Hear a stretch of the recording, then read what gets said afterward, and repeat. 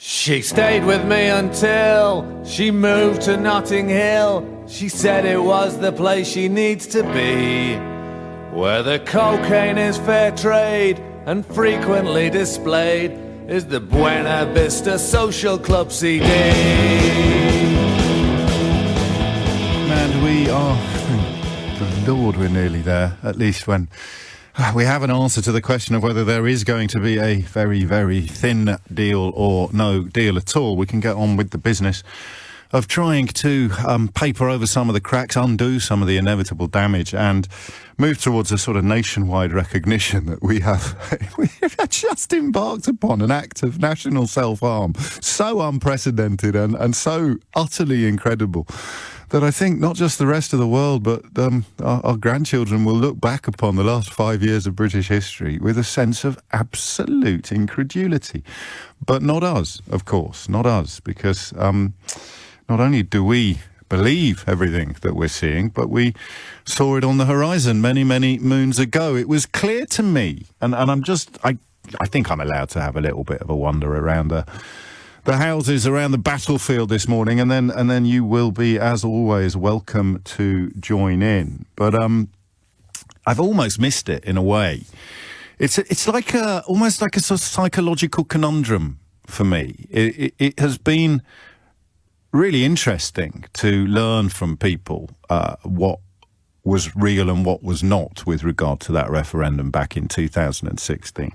But it's also been psychologically really quite discombobulating, because you have this continuing, as everything has fallen away, you know, whether it is the ludicrous figures of speech like sunlit uplands or have your cake and eat it, or the I don't think these people were lying. This is an argument that we'll have to save for the ivory towers of academia in the years to come. The difference between people who were consciously lying and people who just didn't understand what they were talking about. If people who don't understand what they're talking about could somehow be compelled to keep quiet, imagine how different the world would be.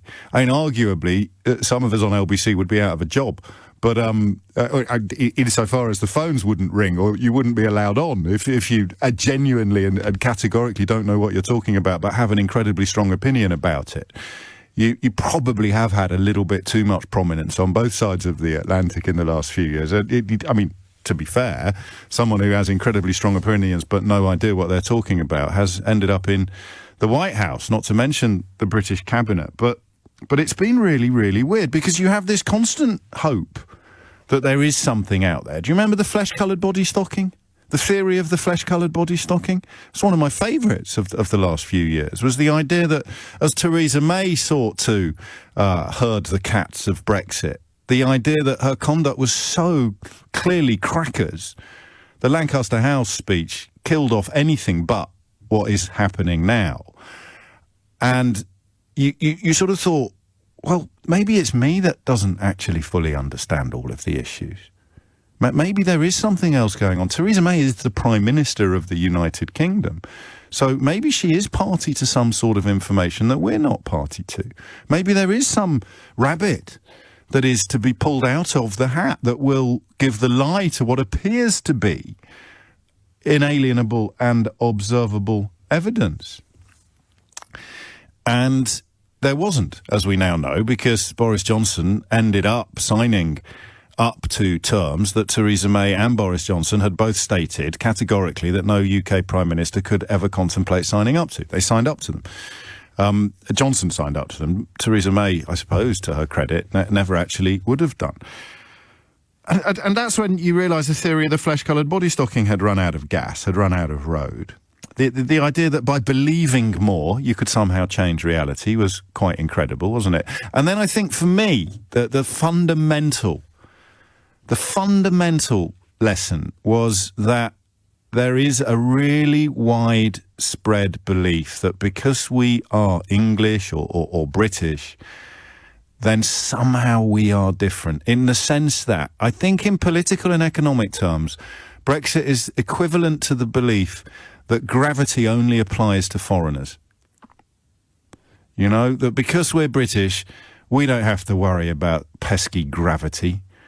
You know, we can walk out of the door and watch apples fly past. They're never going to land on our head. And given that we discovered gravity, this is possibly not the finest example imaginable. But you take my point. This is clear and obvious. And then the response became, no, it isn't. And the media, of course, in this country, particularly the BBC, oddly, given that it is currently getting attacked from all sides, the BBC bizarrely caused a lot of these problems by inviting people onto the programmes to explain why gravity didn't apply to British people. I mean, they never explained it quite as explicitly or as baldly as that, but the fundamental premise has always been, oh, no, these rules, they apply to everybody else. They don't. They won't have to apply to us. They don't apply to us because we are English and rule Britannia. Britannia waves the rules. You see, we even wrote a song about it, sort of, and that's why it has been such a psychologically frustrating experience to watch very prominent, powerful people display on a daily basis an utter failure to grasp the fact. See, some things are not opinions, some things are not arguments, some things are not debates. 2 + 2 = 4. No, it doesn't. It's 5. You pesky, condescending Ramona. How dare you insult working class people? It's not. It's still 4. The laws of gravity still apply, whatever nationality you are. I've often drawn parallels with star signs. This is why racism is such a ridiculous phenomenon, but of course one that people who are in hock to the most powerful politicians and the most powerful media owners, they love a bit of racism, a little bit of light racism, because it stops people from focusing their anger on those at the top of our society who are actually responsible for all the inequalities and unfairnesses. So I don't know who's going to replace the European Union as the scapegoat of choice for racists in the media. At the moment, I guess the contenders are the National Trust, cyclists, Black Lives Matter, and anything else on that list? What else is going to replace the European Union as the things that right-wing media figures encourage you to blame for problems in your own life? I've got footballers, I suppose, cycle lanes, the National Trust. Well, have we got anything else on the list? I mean, the French are going to come in for a kicking soon, presumably, but you can not really blame the French for what's happening in Britain. Or maybe you can. It's just so sort of dispiriting and obvious to watch the plodding predictability with which the most powerful media owners in the world can persuade decent, ordinary people that their enemy is their neighbour and their friend, their colleague and their relative, rather than the people actually pulling the strings and defining the national conversation. So, to bring it back to Brexit and get off one hobby horse and jump on another, for me, the clarity began to appear when 3 strands were knitted together, okay? The indivisibility of the 4 freedoms. So that would be something that had to apply. And I think that was the first indication of us believing that gravity wouldn't apply to us, because we were told repeatedly by people like Daniel Hannan and John Redwood and all of them, frankly, that we wouldn't be made to abide by the rules upon which the European Union rested. And I have some sympathy for that point of view. This sort of post-imperial rule Britannia waves the rules mindset actually does encourage people to believe that we are somehow different. I told you that as a schoolboy, I would look at the map and look at how pink it was, and you look at the globe during the Victorian era, you'd see how pink the map was. And as an Englishman or as a Brit, you would sort of feel, if you didn't stop to actually think about it, ask questions and work out why the globe had been pink, you could feel very proud. Look at this tiny little island in the middle of nowhere. How the hell did we end up ruling half the world? Yes, go us. I get that completely. As I say, up until the point you start thinking about it, working out how it happened and wondering whether it was actually a good thing after all. So you have that sense, and so that would be, well, the indivisibility of the 4 freedoms: freedom of movement of people, freedom of movement of money, freedom of movement of goods. Well, fair enough, but that's just for Johnny Foreigner. That doesn't have to apply to us. We can have all of the benefits and none of the responsibilities. And it sounds now like such a glib throwaway phrase, but that is the basic building block of Brexit. we will not have to abide by the same rules that everybody else has to abide by. So that's strand 2. So the indivisibility of the 4 freedoms, okay, the basic requirement that membership of the single market or the customs union or both involves every member being constrained by the same laws. So everybody has to abide by the same laws. The 4 freedoms are indivisible. You have all of them or you have none of them. Those 2 things, actually, when you think about it, you could probably unpick almost every chapter of Brexit that's unfolded since. The fundamental failure, maybe not to understand, that may be a little bit unfair, actually. The fundamental failure to believe that the 4 freedoms really were indivisible for everybody, and that every single member of the customs union and or single market really did have to abide by the same rules. Okay, so those are the 2 objective, overarching issues. And I don't know how many people listening to this still think that they don't. No, that's not true. We can have that and we don't have to have that. You can have this and you can't. I don't know. It seemed to me that by the end of 2017, you'd given up on that. You'd realised that was wrong. And you'd started talking about sovereignty, which never appeared, as far as I can remember, in the run-up to the actual referendum.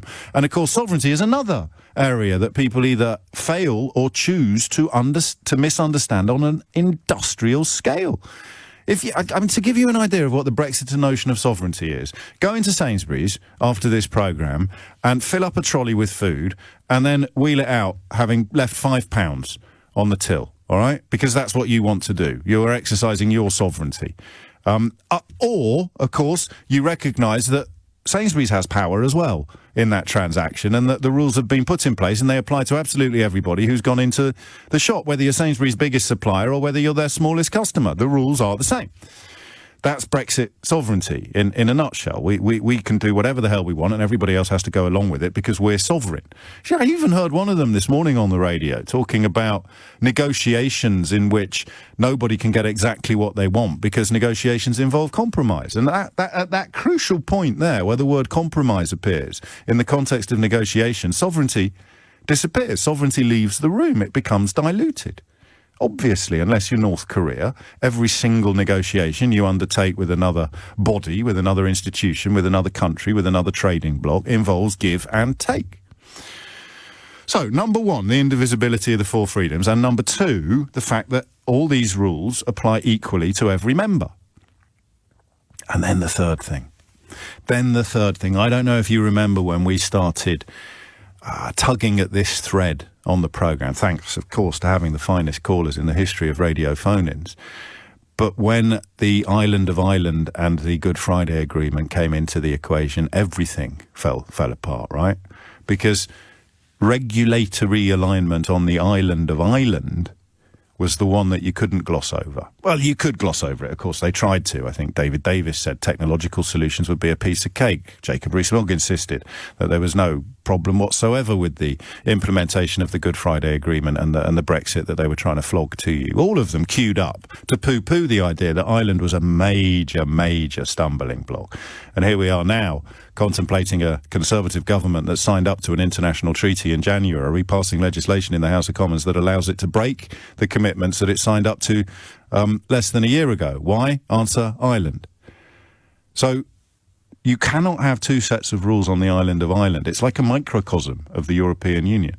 You have to have the same rules. Otherwise, you need a hard border. Because if you've got one rule on that side and another rule on that side, then when you pass from A to B, you have to be checked to make sure that a rule you're allowed not to break, because it isn't there, to check that something you're allowed to do on that side is not going to be done on the other side where you're not allowed to do it. That's all regulatory alignment was. So I hope this isn't sounding conceited, but when you take those 3 issues into account, none of this should have been allowed to happen. Discuss. 0345 6060 973, or you tell me how you think we've ended up where we are. So that is my starter for 10. Number 1, the indivisibility of the 4 freedoms. We just didn't believe it would apply to us. Number 2, the requirement that all members of the customs union and or single market abide by the same rules. We just thought that we would be, here it comes, the biggest word of all perhaps in the context of Brexit, we thought we would be exceptional. And then number 3, the necessity of having regulatory alignment on the island of Ireland. God, I've got deja vu. I mean, there was a period about 2 years ago where I explained this every single day. Some of you didn't believe me then. I don't know how you can fail to believe me now, but we are where we are. 0345 6060 973 is the number. Take some pot shots or offer up some friendly endorsements of my own explanation, or give me your own. How have we ended up where we've ended up? And God forbid that anybody should have been on the radio 4 years ago explaining why eventually all they'd have left would be fish. Yeah, he'd be insufferable today, wouldn't he? I don't know if you noticed, but I inflicted a lengthy Brexit-based homily upon you a moment ago without mentioning the word immigration. Because the question of how the referendum result went the way it went is not the same as why the negotiations have gone the way they've gone. There's nothing inevitable about the referendum result, but obviously immigration and, unfortunately, racism played a huge part in delivering it. You just have to cast your mind back to Nigel Farage's disgusting poster that he unveiled shortly before Joe Cox was assassinated by a white supremacist terrorist. I think it was the same day, actually. One wonders precisely what breaking point we should take away from that simple experience. But that's how you got the result over the line. The question of why the negotiations have gone so badly is partly explained by the fact that the result was built on lies, but it's mostly explained by a much less toxic word than racism, which is exceptionalism. So I think I'm going to add to the mix today an invitation to you to tell me which word you think best sums up the failure of these negotiations to deliver anything close to what was promised. And for me, it's exceptionalism. It is that belief that somehow the rules shouldn't apply to us. Rule Britannia, Britannia waives the rules. And you see it everywhere. You really do. The idea that, no, hang on a minute, not us. It's all right, the Frenchies and the Germans, I mean, yeah, absolutely, they have to follow these rules, but not us. Milan is in Ashford. Milan, what do you reckon? Hi, James. I think what's from my interactions with those who voted leave, and especially in the last year or two, especially this process, what's become clear is the Brexit process hasn't been about law, details and economics. It's been about politics and to some extent chess beating. And some people want to take the UK back to Elizabethan times or pre-1970s times where they thought things were a lot better. Which they weren't, of course. I mean, that's the astonishing thing, isn't it? It's almost like a ladybird image of British history. And oddly, that's why all these other elements like the National Trust and slavery and Black Lives Matter have assumed a new resonance this year. Because this era didn't exist when we were altruistically ruling the waves. And yet there is a sense that if we can just tweak that and twist that and turn that, then we can go back to a mythical bygone age. It's. I think you're right. I don't know if I'd call that politics, though. But I mean, it's all. But nobody. When I say politics, no one's interested in. Well, I say no one. Those who are in charge of leaving didn't want to put a plan together. I mean, I've forgotten his name. The one the Polish guy at the EU. His name is Daniel Kaczynski. Well, can we? The person who said that there would be a place in hell for those who didn't have an actual plan to leave the EU. And right. He was totally right. Probably Radek Sikorski, was it, or someone like that? I'm not sure. Anyway, it doesn't matter. You're right. There was no plan, and the people who pointed out that there was no plan were condescending, sneering, public school educated Ramonas, of course. And this is the astonishing bit now. Now we're with a month to go, well, less than a month. We're now having a discussion about what is a substantial meal instead of something more important, such as data flows, which is... Oh, that's not fair. Some people are having discussions about why racist football fans are actually okay. Okay. But when I make a serious point, data flows are critical. We need a data adequacy decision by the UK Commission, but that's not on the conscious of that. That's too detailed. That's about law. And that doesn't go into... But in a way, and you lead us into a very specific area, I'm going to lead you back to broader brushstrokes. Okay. In a way, the absence of a plan was the victory. Because the minute there was a plan, you could see it for good or for ill. You could see its flaws and its features, its successes and its failures. The minute it was written down, you could have a proper look at it and work out whether or not that was likely to be an improvement upon what we already had, and that's why nothing ever got written down. Because the minute you write it down, you fall apart. But that's so you're discussing. You're going back further than me. I'm really focusing on this week. Why are we in such a mess now? And the answer is because what were articles of faith, what were things that people believed, have come up against a reality that doesn't admit their beliefs. You can't carry on believing that the rules don't apply to us when the people are, when you're being presented with incontrovertible evidence that if you don't sign up to the rules that everybody else has to abide by, you don't get any of the benefits of frictionless trade. You don't get frictionless trade. Because they've been told by those that be that the EU is our enemy. They're trying to punish us for what they're doing. Yes. For example, classic example, if there's a no deal, the EU will punish us by putting tariffs on. I went, no, they're abiding That's by the law. WTO. That's the law. That's international law. It was Exactly. Donald Tusk. Donald Tusk was the one who talked about plans, Tusk, I think, wasn't it? It was, yes, well done. Right. Oh, onwards. So I'm going to write down plan as your word. So I've gone for exceptionalism. If I had to make people put their points into a single word, yours would be plan. There was never any plan. No. And that's the way you can get an emotional victory, which falls apart the minute intellectual rationales are introduced to the equation. You are allowed to disagree with me today. And this will sound even more arrogant than usual. I'm not sure what you could disagree with about what I've said so far, but I'd love you to try. And I am keen to leave immigration out of the conversation because we're talking about why the negotiations have gone so badly for Britain, not why the referendum result went the way that it went. We know why the referendum result went the way that it went. A massive lie on the side of a bus and the weaponisation of xenophobia. Take away the massive lie on the side of the bus and the weaponisation of xenophobia by people like Farage, there would be no Brexit. But they are huge emotional issues, absolutely immense, and nobody should underestimate their power. The problem is, when they come up against reality, they have no clout. So you tell me why you think we've ended up where we've ended up. 0345 606 0973. I'll go to Tom in Brighton first after the news. After Tom, it could, of course, be you. You can also tweet at Mr. James O.B.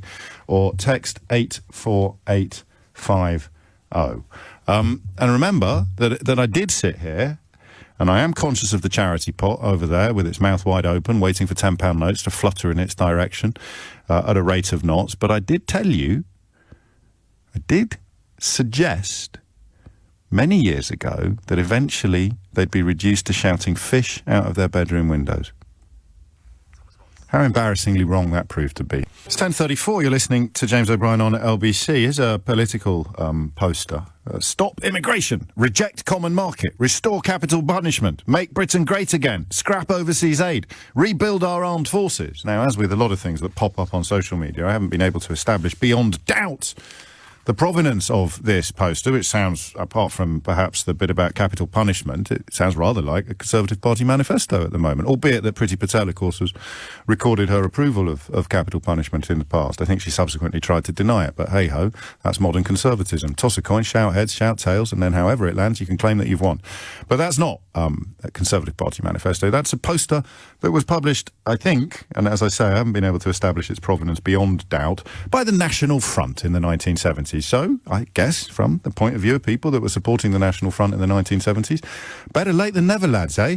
And here we are on the brink of leaving the common market, the European Union, and the reason why we have come away, or we will come away, with nothing that we were told we would have when we were persuaded to leave is what we're examining today. And for me, it's this three-legged stool. The failure of negotiations, not the decision to leave. It's a three-legged stool. One leg, the four freedoms. The other leg, equality under the law, i.e. every member of a body has to abide by the rules of that body, of that club. The membership rules apply to everybody.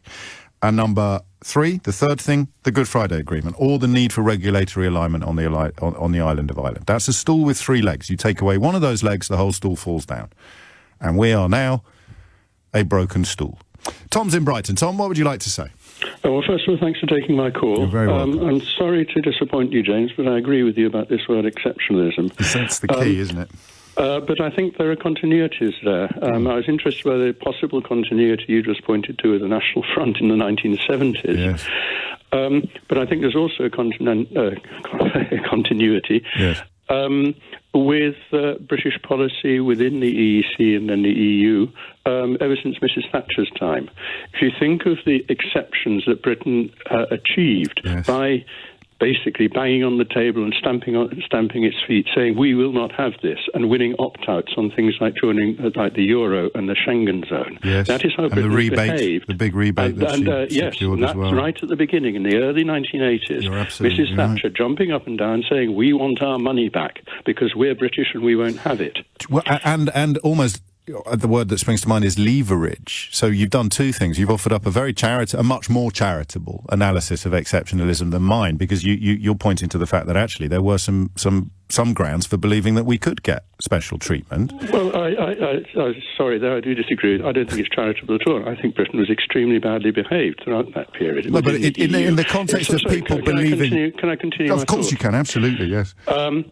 And I was very angry with it at many times, because I thought it wasn't playing the game, it wasn't understanding what the European Union is about, which I think we had done in the 70s under the leadership of the Prime Ministers Heath, Wilson and Callaghan. Right.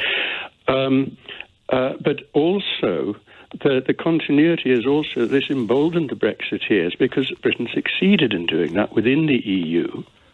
They see themselves though, I think probably in their own minds, the true heirs to their hero Mrs. Thatcher.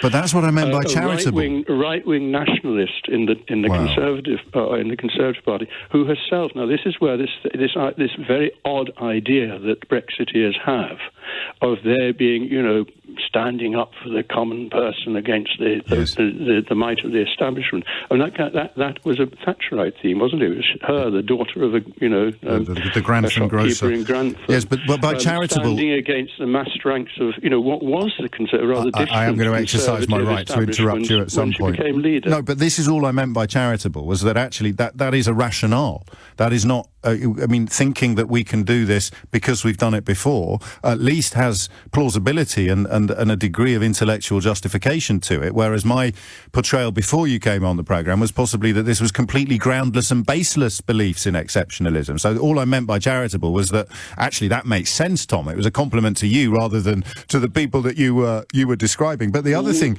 Well, can I just interrupt you a moment? No, you can't, because I need to get this out. I think we're both suffering from an over-burbling of thoughts at the moment, because the other thing that you've made me think of is that actually Thatcher's success, albeit that you disapproved of it, was evidence of the kind of power that they subsequently denied we had at all. Oh, absolutely. Absolutely. Britain was an extremely influential member of the European Union throughout our time there. But some people on the continent say the most influential. Yes. In turning, for example, the European Union around over the last 20 or 30 years towards the Thatcherite idea of free markets. And creating the single market. Neoliberalism. Creating the single market, arguably her sort of greatest international achievement. It wasn't described that way in this country at the time. That's true. I don't like the word charitable there, because I don't think this is a philosophical explanation. I see it as a psychological explanation. I will withdraw the word charitable for the bizarre behaviour and attitudes of the Brexiteers and any kind of extreme nationalists. What happens next then, do you think? Because I heard Bernard Jenkin this morning almost sniggering when he was presented with inalienable facts about this Canada deal that they have continued to mythologise in the possession of no real justification for it at all. I fear that and you're clearly more experienced than me, I fear that they just carry on claiming that the moon is made of cheese, regardless of how many lumps of moon are delivered to their doorstep. Well, I'm not necessarily more experienced, and I think I'm a little bit older than you. It's a bit of a euphemism, Tom. That was charitable. Yeah, thank you. I take the compliment. What happens next? But what happens next?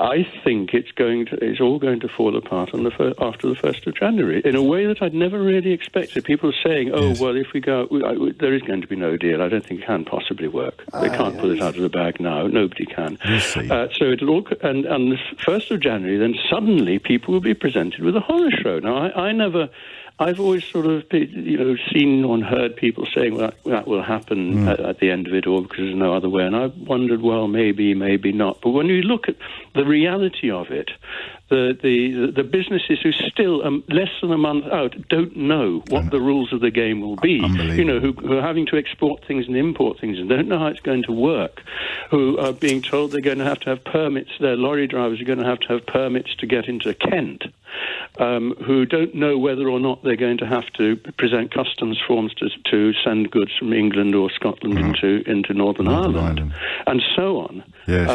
And it's all going to suddenly, people will be present, and people are going to have to get visas to go to, for a day trip to Calais. Yes, and pet passports and the European health insurance card and everything that got filed under Project Fear either comes true or becomes partly true, which makes a mockery of attempts to dismiss it all as nonsense. Tom, thank you. A very informed contribution, although I think we can all agree not exactly uplifting. And of course, come January, the big question for me, because it's my personal obsession, is what will right-wing media do to distract us from the disaster that they've inflicted upon us? Where will they point first? Will it be footballers taking a knee for a minute or two before a football game? Will it be the National Trust that is to blame for all the nation's ills? Will it be cyclists? What else do we put on that list? Do we just go back to the old ones? Is it all going to be single mothers and unemployed people's fault, or public sector workers? Oh, it's so tragic, isn't it? Tom, thank you. Ian's in Shipley. Ian, what do you reckon? Good morning, James. How are you? Very well, mate. Very well. Got a soft spot for Shipley. What's on your mind? Yeah, I know your dad used to work for a bakery, didn't he? Yes. Yeah. Fabulous. Right. I think we've really entered into the have your cake and eat it country with these negotiations. So you think? I think with the shouting out of the window and the fish and all this sort of thing, we want to. We don't want you to have any of ours, but we want to sell it to you, 75% of it. Free of charge. Why has fish been allowed to assume such an enormous importance? I think it's because obviously we're an island surrounded by water, and it becomes so is Ireland. So is Ireland. Yeah, I know. I think we've become very possessive over it. I think I know you like your analogies, don't you? I think the fish thing is the equivalent of the bat and ball in the playground.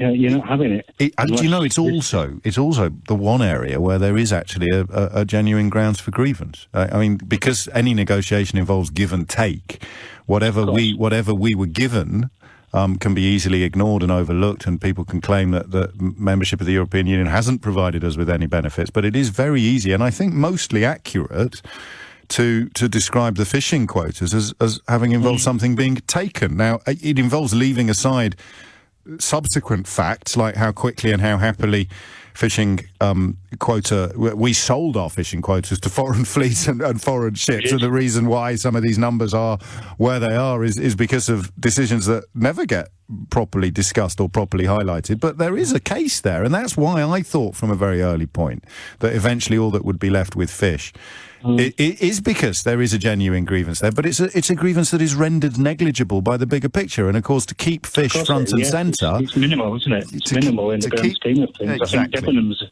Debenhams contribute more to the GDP, but no one's jumping up and down about Harrods and the performing arts sector is several times the size. But you can only keep fish front and centre by ignoring the big picture, and ignoring the big picture is what phrases like "believe in Brexit" and things like that were designed. To do. So what word are you putting? You're giving me cake, are you, for the... absolutely cake, yes. I think it applies to the level playing field things as well when I was looking into that.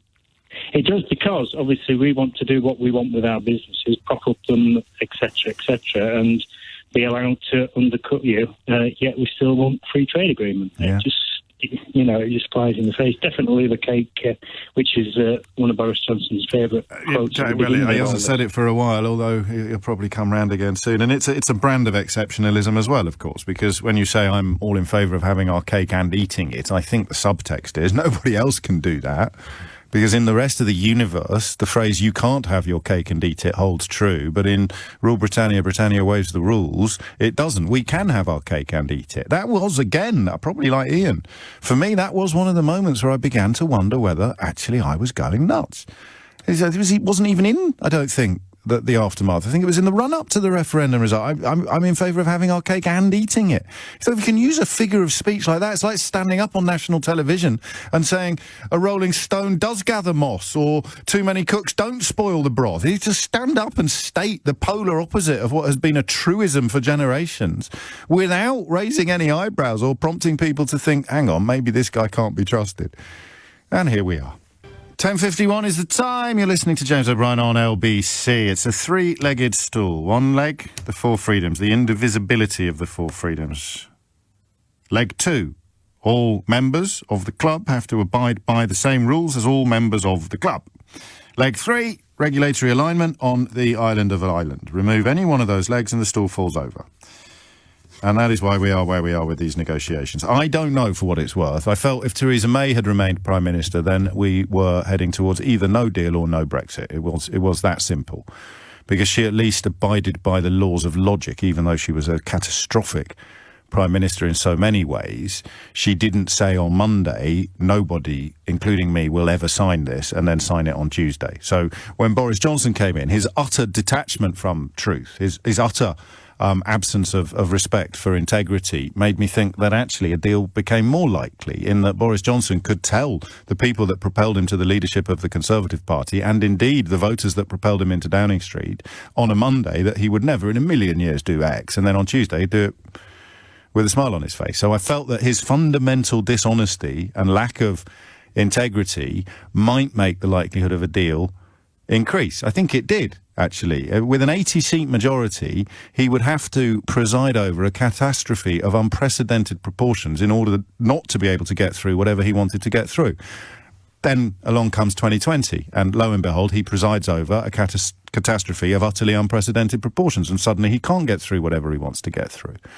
So I don't know what's going to happen this week. I think when I say I think there'll be a thin deal, I think I'm actually replacing think with hope, hope with think. I hope there's a thin deal, because anything is better than nothing. Another echo of one of those awful slogany sound bites, no deal is better than a bad deal. It so obviously isn't, and it was obvious then, it's even more obvious now. If you still think it is, give me a call, 0345 6060 973. Take a couple of minutes off from your anonymous Twitter account and actually try and defend what it is that you claim to believe in public. And then, so I don't know what's going to happen. But every time I think, yeah, there has to be a deal. He's not that mad. He has to sign up to something. If he signs up to the level playing field requirements, I think that's his resignation letter. I really do. I think the what you call the sort of lunatic fringe of Brexit and the Conservative Party in particular, it explains why Cameron had to have a referendum. It explains why pretty much every Conservative leader eventually falls at the altar of Europe.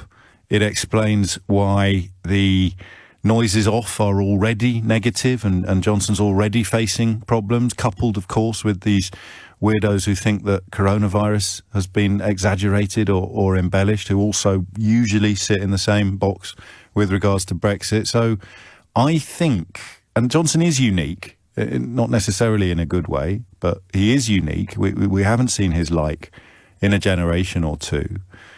So he might back himself to somehow pull it off once again. But I genuinely think that if they sign up to level playing field requirements, if, in other words, Boris Johnson finally recognises that the laws of gravity apply in the United Kingdom just as much as they apply in Germany or in Thailand or anywhere else in the world. We are not exceptional. We are not different. I think if he signs up to that, the people who cling to the carcass of exceptionalism will have him. I think there's enough of them, because they got rid of all the sensible ones and enhanced and promoted all the crazy ones. So the question then becomes, will Boris Johnson, for the first time in his life, man and boy, politician, journalist, husband, will he for the first time in his life put the interests of others ahead of himself and sign up to level playing field requirements? Or will he prioritise himself, i.e. clinging on to leadership, whatever the hell happens to the country, and not sign up to the level playing field requirements? And I don't know. But obviously the phrase, for the first time in his life, is not grounds for enormous optimism. feel free to have a swing at any aspect of this morning's analysis. Seriously, I'll bite your arm off. Spencer's in Birmingham. Spencer, what's going on? Hi, James. I'm a massive fan, by the way. Thank you. So you're not going to take a swing at any of the analysis then thus far this morning. I'm almost getting nostalgic for the day. Oh, good. Carry on then. Cool. I used to be a fisherman, and so that's sort of part of the general discussion. Yes. I definitely think the French will bin it if we don't come halfway to them. When I was a fisherman, half the boats in the area I worked on a Scottish boat. Oh, yeah. Which was interesting as an Englishman. But they were owned by the Spanish already. Now, friends in the industry have told me that that's just grown. So they actually own the boats that fish in British waters. For me, this is the biggest aberration of the whole debate, is the lack of knowledge and understanding of how much of our supposed fishing quotas we've already flogged to foreign fleets. And it blows my mind is that I was a scallop fisherman. Okay, right. So everything we caught, most of the stuff in the local area, went in a freeze lorry to Spain. Yeah, straight away. There's a chap on the radio on your LBC this morning who's saying 70% of the trade of our stuff goes abroad. Yes. We eat curry. That's our main meal. I live in Birmingham, love it. Balties.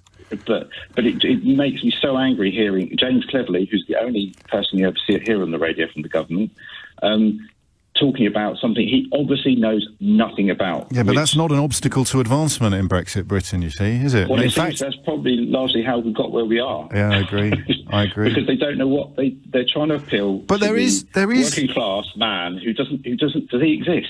No, yes, well, that's very true. And then, of course, when you point out the truth, you're condescending and you're treating people like idiots. This is Dominic Raab's tactic. I point out the truth, Dominic Raab insults me, and then blocks me on Twitter. Bless his little consoles. But that's he's not brave enough to come on and speak with you. Don't be ridiculous. It's a conversation for another day, and it works. It gets you over lines. It wins votes, it wins referendums, it even wins elections, but it doesn't change the laws of gravity, and that's the weirdest thing. So there's something else going on. It's not physics, it's not science. Well, perhaps putting railway lines back in Yorkshire where they won votes, but then I work for the railway, so I know a little bit about that. That's not going to happen either. But talk to me a bit about the emotional impact of it, because when I worked out that fish would end up being the only thing left to shout about, it was partly because there is a genuine grievance there. There is at least an evidence-based complaint in a way that all the other complaints were not evidence-based, albeit that you need to close your eyes to the bigger picture a bit. But there is something emotional. Why would you... Because you're in Birmingham now, which, although it has more canals than Venice, it is essentially landlocked. So why does fish hold, if indeed it does, why does it hold this spell? Because we have a massive coastline where virtually no one lives compared to the city. Yes, I know. Have this very romantic idea of us ruling the waves. It is all tied in with that. My friends, people I know who work in the industry, are terrified because all it seems to be is the coast around Dover, where there are scallop grounds, which the French have been and the English have been fighting over for hundreds of years. I didn't know that. And our grounds up north, we can fish them. But who's going to buy our stuff? Who's going to buy our scallops? Who's going to buy our scallops if they are if they massively increase in price as a result of tariffs? Well, it makes it uncompetitive. The Europeans pay a lot more for the food as well. Did you know that? I discovered many moons ago that there's crayfish that are pulled out of the Serpentine. Did you know this? In Hyde Park every morning they pull crayfish out of the Serpentine and ship them immediately to France. I quite like a bit of crayfish. I'm a big fan of shellfish. But then I'm one of those sort of pesky people that thinks that foreigners are just the same as us. Spencer, thank you. Give my love to the town. I was in Birmingham at the weekend, actually. So a quick shout out to the manager of the Birmingham Waterstones, top lad. And there are a few signed copies of my new book in there. Also, if you're in Walton-on-Thames, I signed half a dozen in there yesterday as well. And obviously, we have to work out between us how we continue to converse about the single most important issue that our country has faced since the Second World War. But I am doubly conscious of both boring you to tears, although that's probably not quite the right turn of phrase, and avoiding the temptation to stop talking about it altogether. Obviously, if I'd encouraged you to vote for this, I probably would be talking about anything else at the moment. God knows what. The National Trust, Millwall Football Club. If I'd encouraged you to vote for this, I would be desperate to avoid talking about it. But thankfully, I didn't. I could have done. I certainly wasn't as clear about the benefits of membership, or more pertinently, the absurdity of leaving in the run-up to the referendum, in the years leading up to it, than I was in the immediate aftermath, or in the weeks, perhaps, the days leading up to it, when reality began to bite. But equally, I mean, I'm only half joking when I say that I will put £10 in a charity pot every time I say I told you so in the context of Brexit, because I could spend the rest of my working life saying I told you so, I told you so. And I don't think any of us would enjoy that. I will point out ad infinitum the contradiction between what people who persuaded you to vote for it told you then and what they say now, because that is the definition of hypocrisy and or dishonesty. And it seems to me to be very important to remind you that from Boris Johnson down, they swore blind that none of this was going to happen. You know, and trying to work out why without lazily portraying them all as liars. Because if you're going to tell a lie, there has to be a reason why. There has to be an end that you think that is justified by the means. So I think it's lazy and probably wrong to do that. Conscious lying is not what Brexit was about. It was about epic ignorance, born of a sense of exceptionalism. This idea that, yeah, of course, rules. A bit like that woman in America many moons ago who got sent to jail for not paying her taxes and was reported to have said that the taxes are for the little people. I think her name was Leonora Hemsley. And you can see that the Boris Johnson, Dominic Cummings school of thought is that the laws are for the little people. You know, you're not allowed to drive to Barnard Castle on your wife's birthday and then lie through your teeth about testing your eyesight, but he is, because he's Dominic Cummings. And if you exercise that, or if you elevate that to a national level, two things happen. Brilliantly, of course, you get the people that you look down on, the people that you think are irrelevant plebs, you get them on your side even while you continue to treat them with contempt. Because if you make it about nationality rather than wealth and status, you can bring with you the people that you spend the rest of your political life treating with complete contempt. And that's how they pulled the red wall off, you see, by bringing Brexit into the same sort of philosophical or psychological category as their innate sense of supremacy. So it's why white supremacism is, in other countries, such a powerful and intoxicating drug, because it lets very rich and powerful people con poor people of the same ethnicity or nationality into believing that they're somehow on the same team in life. They're not. Of course they're not. Taxes are for the little people. Laws are for the little people. Trips to Barnard Castle are for the rich people, the powerful people, the high-status people. Cheap shoes for peasants. It sort of resonates in my ear at this point. So that's the first thing that you pull off. You manage to persuade the people that you routinely, after 10 years of austerity, you manage to convince Labour voters, and I know Corbyn bears a lot of responsibility for this, but we can't keep banging that drum. After 10 years of austerity, you convince Labour constituencies in the north of England that you're on the same team as Boris Johnson, Dominic Cummings, Jacob Rees-Mogg and Dominic Raab. Absolute genius. How the hell do you do that? Not by consciously lying, but by fomenting and fostering these feelings of exceptionalism, these feelings of superiority, an ethnic or a national superiority. And it worked. Look where we are now. It's fallen apart incredibly quickly, quicker than even I thought it would, but that is how it works. And the second thing that you do when you sort of start floating this boat or flying this kite, you manage to keep observable evidence at bay. So you manage to keep this idea that we are different and therefore we don't have to follow the same paths, the same laws, the same rules as everybody else. Not in the context of human rights or whatever other red herring is being inflated today, but simply in the context of club membership. So of all the analogies and metaphors that we've shared together over the last 4 years, I still think the most powerful is probably the one about leaving a gym, not paying your membership fees, but still expecting to use the jacuzzi or the weights, or all of it, actually. Why do we? I shouldn't have to pay. And it is, when you think about it, that's the attitude that Dominic Cummings adopted to the lockdown rules. Well, everybody else has to observe them, but I think you'll find that I don't. It's the attitude that Boris Johnson has adopted to life, actually. As first spotted, I think, by his housemaster at Eton College, who pointed out, I think literally, almost word for word, he seems to think that the rules only apply to other people. And that's now become a national fetish. The problem with it is the people who might benefit from that epic imbalance and inequality are not the people. Are not the people who've been persuaded to support it. And then we're back to Anaya in Bevin, aren't we? And the great triumph of 20th century conservatism is persuading Labour, with a small L, as in the workforce, to use their political power to keep wealth in power, voting against your own interests. And if you had to sum up Brexit in a sentence, persuading people to vote against their own interests, unless you still think your life's going to get better, in which case you know what to do. 0345, put down the little wax doll of me, put your pins back in the box and give me a call.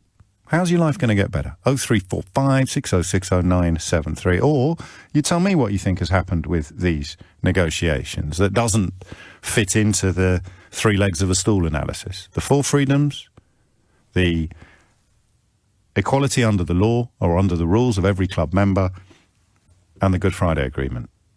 Unscrew any one of those legs and the whole thing falls over. Peter's in Oxford. Peter, what would you like to say? Again, James, I'll be boring because I agree with everything you said earlier on.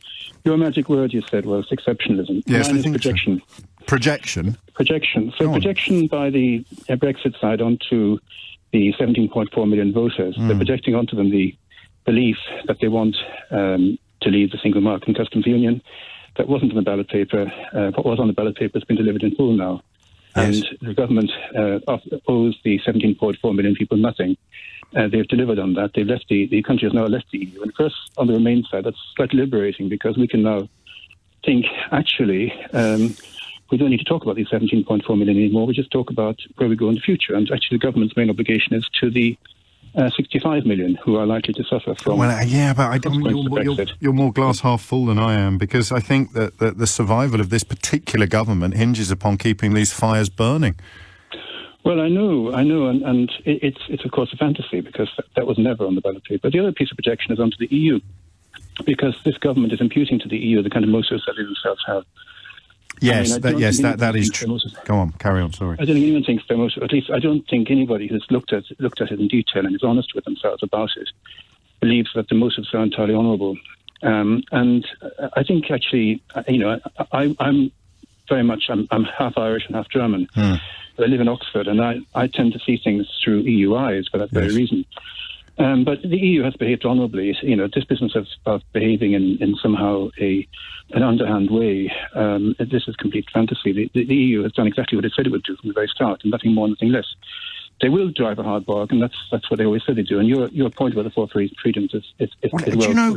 Even hard bargain is in danger of falling into the projection trap, because all they will do is defend their own interests. And up until 2016, they were our interests as well. And that's exactly what I'm saying. The EU is doing exactly what the British government is doing, in the sense of defending its own nationals, and it has no obligations to the UK anymore. Now the UK has left.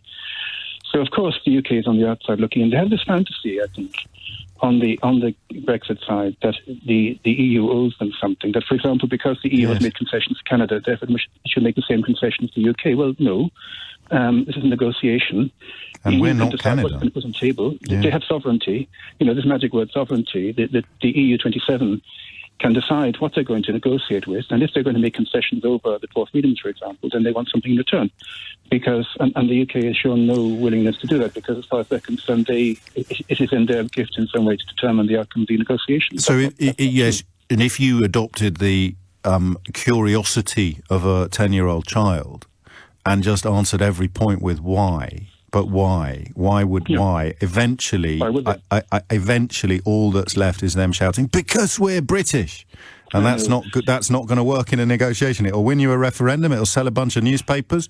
It'll put bums on seats on a tour of provincial theatres, but it will not butter any parsnips whatsoever in negotiations. Because we're British. Can I mention Theresa Villiers? Please. Well, yeah, all right. If I must. Please, was a bit strong. Morning, yes. She talked about, essentially, if the UK concedes, then it's not a Brexit deal worth having. Well, I agree entirely with her about that. Tony Blair said Brexit was only ever going to be pointless or painful. I think I'd go further. I think it's both pointless and painful. And so Theresa Villiers is saying that there's no, it's not a Brexit worth having. No Brexit is worth having. No. That's the elephant in the room for people like that. Although I don't think she realises that yet. Do you? No, but she. I mean, so many Tories have said this, that unless it's the kind of Brexit that they fantasised about, then it hasn't been delivered properly. Well, as I said at the beginning, that's not really what was on the ballot paper. No, and the Brexit they fantasised about is a Brexit built on the exceptionalism. So exceptionalism plus projection equals chaos. On exceptionalism, and the Daily Mail in their campaign for British expats, I mean, as I think you pointed out yourself, the only country in the world whose citizens are called expats is the UK. Everybody else's citizens are called immigrants, including me, I hasten to say. They've been campaigning on the basis that... Well, that is it, actually. I hadn't thought of it like that. It's a distillation of exceptionalism, isn't it, to think that when we go and live in other countries, we're doing them a favour. And when people come and live here, we're doing them a favour as well. Good grief. Even after all these years, Peter, with somebody like you holding my hand, I can make new breakthroughs of understanding about our curious national malaise. Many thanks indeed. It's 11:15. Couple of phone lines free, 0345 60973. If you did vote for it, what did you think was going to happen? Because there are plenty of perfectly nice and good and plausible reasons for why you thought things would happen that have now we know they're not going to happen. So do take a moment if you can. What did you think was going to happen? And why do you think it hasn't? And similarly with Brexit. So absolutely, so a few people are saying, in fact, I'll read you one. James, I relate entirely to what you said. I voted for Brexit, but I now regret it. And I remember thinking that we would be able to do things that other EU countries couldn't do simply because of our passport, because of the passport we held. I don't get how you're refraining from Schadenfreude. I'll foot half the bill if you want to get those 4 words off your chest. Keep up the good work. Thank you for that. But the reason there's no pleasure in being proved right about this is twofold. Number one, I get hit as well, although not as hard as less comfortably off people. And number two, I genuinely believe that people shouldn't be hauled over the coals for being misled. I know not everyone agrees with me on this, that the old contempt for the con men, compassion for the conned line. But that's what Robbie Cowling has done there. He said, look, if you weren't aware of X, Y and Z, then what you did on Saturday was understandable, even perhaps excusable. So I will now make you aware of the facts. And if you still cling to the hate-filled response, now that you know it is hate-filled, then I've got a problem with you and you're not welcome at my football club anymore. And that's why, to answer your question, there's no Schadenfreude, there's no pleasure in misfortune on my part, because most people that voted for it believed things that weren't true or were not aware of things that are true. Which makes today's question so urgent. Why do you think the negotiations have reached a point where it's a choice between a rubbish deal or, even worse, no deal, when we were supposed to now be inhabiting sunlit uplands, taking back control of everything, and not only having our cake, but also eating it? So why do you think things have fallen apart so completely and so comprehensively? Adam's in Bletchley. Adam, if you can remember why you rang in, I'd love you to tell me. Yeah, that's a good one. Hello, James. First-time caller. Welcome. Long-time listener. James, the things look the way they are, they do, because they couldn't look any other way. It's simple as that. It's the whole logic of Brexit, And you enjoy a good, comparison or analogy. I do. And here's one for you. It's a national hangover. I don't think that Great Britain has ever overcome the fact that you've lost an empire. And you can compare it to the same sort of situation, mental situation in Germany, whereas over there, they never get over the fact that they caused the Second World War and caused all these atrocities. Therefore, they try super hard to do the right thing as a result of that guilt. It's the same thing in Russia. They never get over the fact that the Soviet Union has collapsed. They lost Belarus, Ukraine, the Baltic states, and Poland as a satellite country as well. That's why they're still pushing westwards, because, they want to regain that influence and so on and so forth. And another thing, and that's why, just to expand upon your point, because I hadn't thought of this before, I'm often confused by why people get so furious about history. And you have Conservative MPs writing to the Daily Telegraph insisting that the National Trust doesn't do history and instead sort of continues punting post-imperial lines that absolve us of all responsibility for anything bad that happened. And how dare you tell me where the money came from to build this house? Because that would create an environment in which we felt we probably had to atone in some way for what happened in the 19th century in the way that Germans feel they should atone for what happened in the 20th century.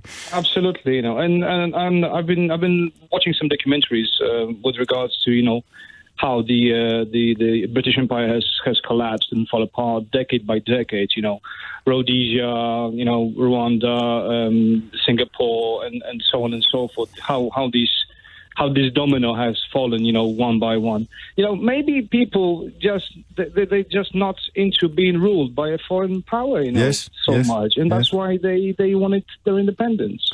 But you know, what I said when I first called in is that when Poland was running up to a membership in 2003 or 2004, I think we've joined.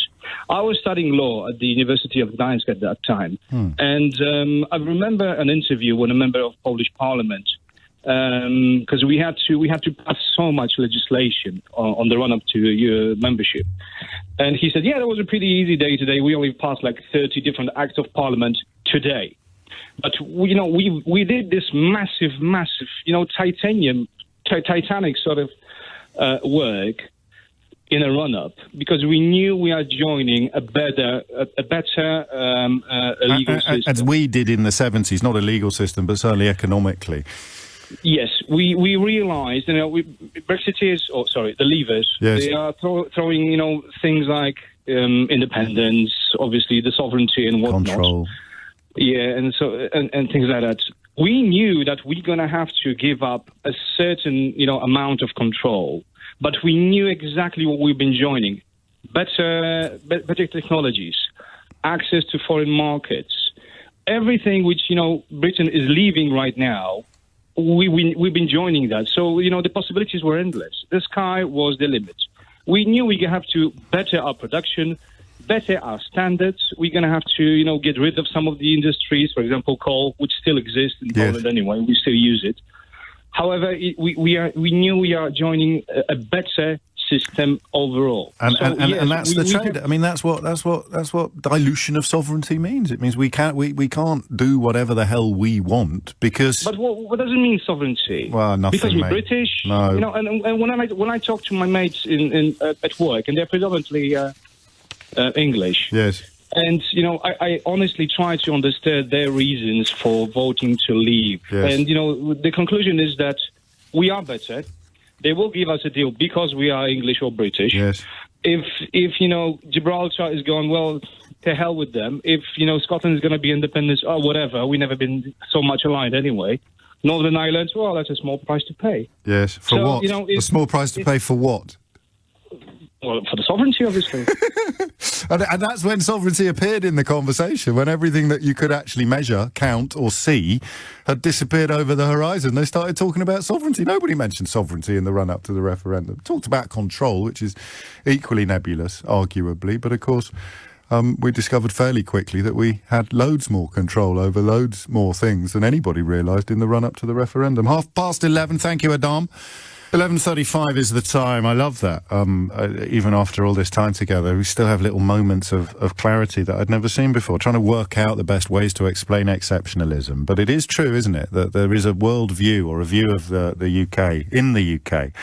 It's why we use the words expats, perhaps, although there are more technical explanations of that. When we emigrate to other countries, we're doing those other countries a favour. And when people from those other countries emigrate to the UK, we're doing those people from other countries a favour. And there'll be people listening now who go, yeah, damn right, exactly. And that's English exceptionalism, right there. And it is bizarre. And it is Brexit. And it is exactly where we are. And indeed, why. I know this is a little bit... Well, it isn't actually. This one's particularly funny. It would have worked better on Twitter, but Guy's been in touch to call me a nasty, decisive little man. And then he's had to text me again to correct decisive to divisive, but he's managed to spell divisive wrong. So he spelled it D-E-V. I know it's a little bit petty, but goodness me, I do enough of the grown-up stuff to be allowed a little bit of schoolboy humour. So Guy tweets a radio presenter, say, "You nasty, decisive little man," realises his mistake, corrects decisive to divisive, and manages to spell that wrong as well. And Guy, forgive me, mate. No one even needs to wonder how you voted in the referendum. You've just shown us. Martin's in Romford. Martin, what would you like to say? Hello there. Nice to speak to you. Oh, Nice to speak to you. All I'd like to say is that this agreement's never going to happen. It's all going to be rushed through. It's going to be a duff deal. But hang on, you can't not happen and get rushed through. What's going to happen is they're never going to make a decision. The Europeans. Well, then it's not going to get rushed through, is it? Don't want us to leave. That's why it's. We've already left. When we voted to get out. We've already left. Yeah, when we voted to get out on that Friday, we should have left on the Monday. Not took 4 years of quibbling. Right. At the end of the day, this country is going to make mistakes, but at least our own elected idiots are going to do it. Right. When they make mistakes, we can boot them out.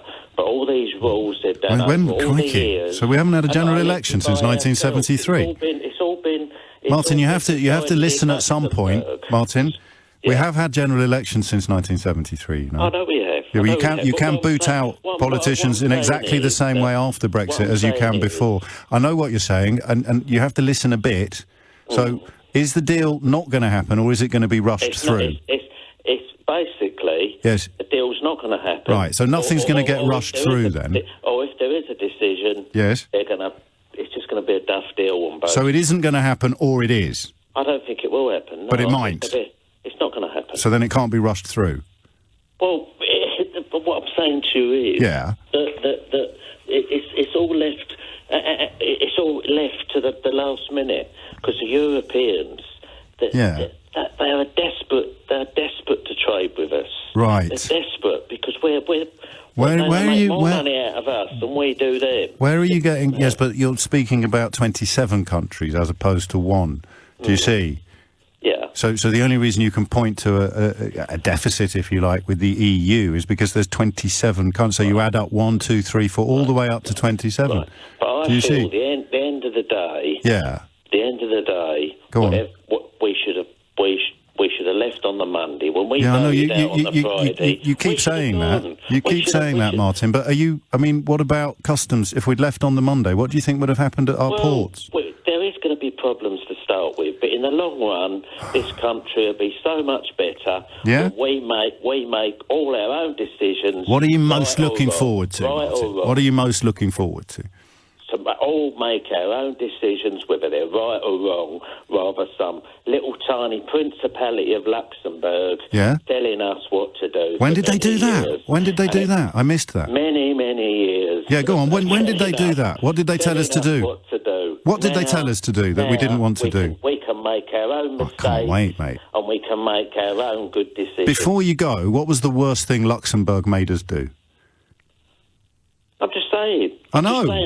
You're telling me how awful it is, but what was the worst rule they made? Why has it took him 4 years to get out of it? I don't know, mate. I just want to know. It's not a trick question. What was the very worst thing that those pesky principalities... They shouldn't have been telling us to do anything. You're damn right they shouldn't. So what did they tell us to do? What did they tell us to do, Martin?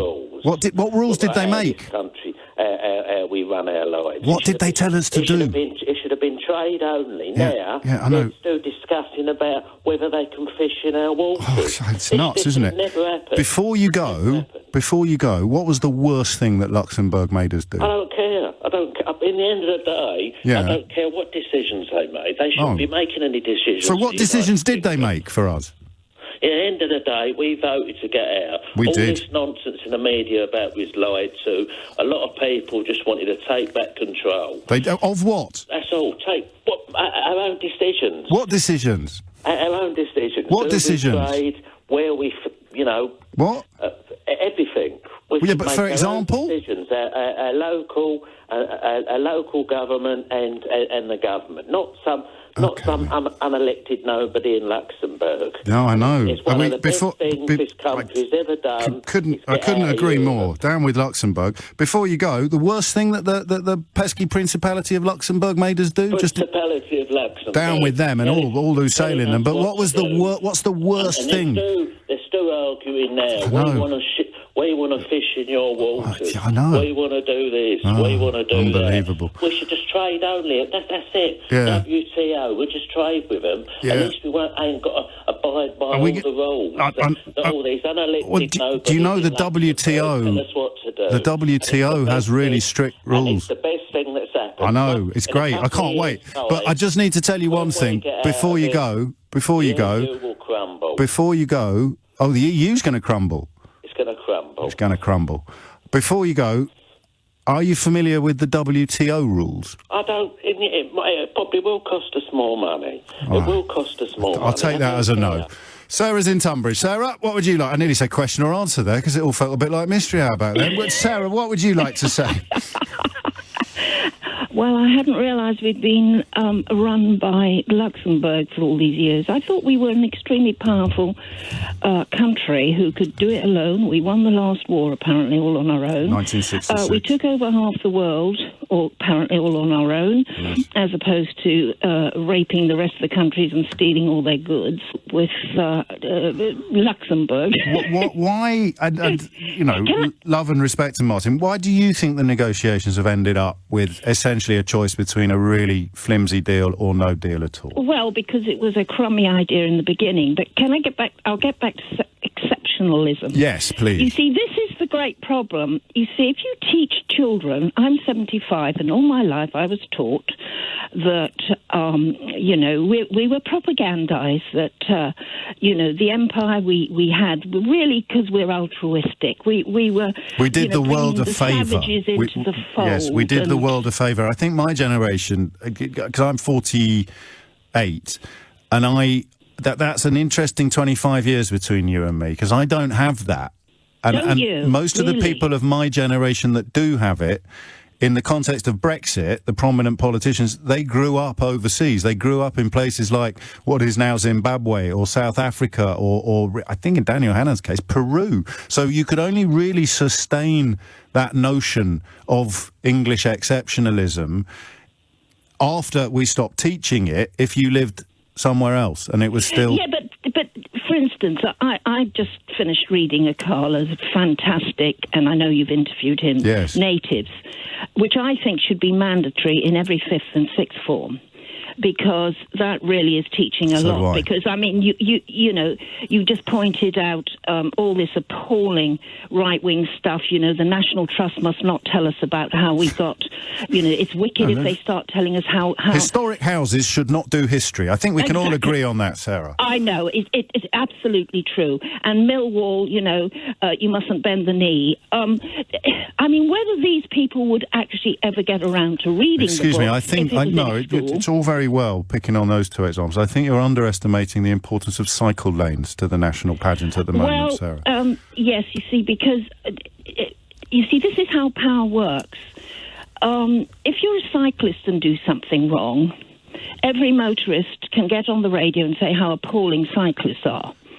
Because they're, in reality, they have to go on our terrifying roads. And the big boys, the ones like me in a car... Yes, you have all the power. You have all the power, and it's not enough. You also want to be able to wipe out the people with less power. Sarah, you've taken me all the way up to the news, or at least to the break. Simon Calder's been in touch, the doyen of travel correspondence. I mention that because his qualifications for the contribution he makes to the programme are impeccable. He tells us Luxembourg is not a Presky principality. It is, in fact, a Grand Duchy.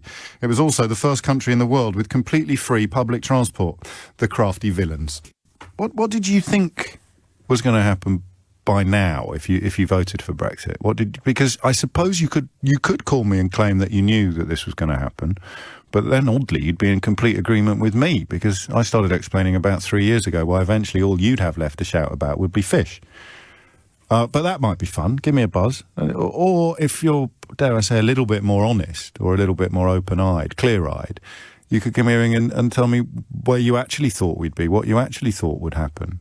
Because the choice between a pretty rubbish deal or, even worse, no deal at all certainly wasn't, to my mind, what anybody voted for. And the idea that Boris Johnson is now essentially in charge of making that decision... chilling, isn't it? Or not. I mean, give me a ring and tell me why it's actually brilliant. And this is exactly what you were looking forward to most. And you are already halfway up the sunlit uplands while simultaneously having your cake and eating it.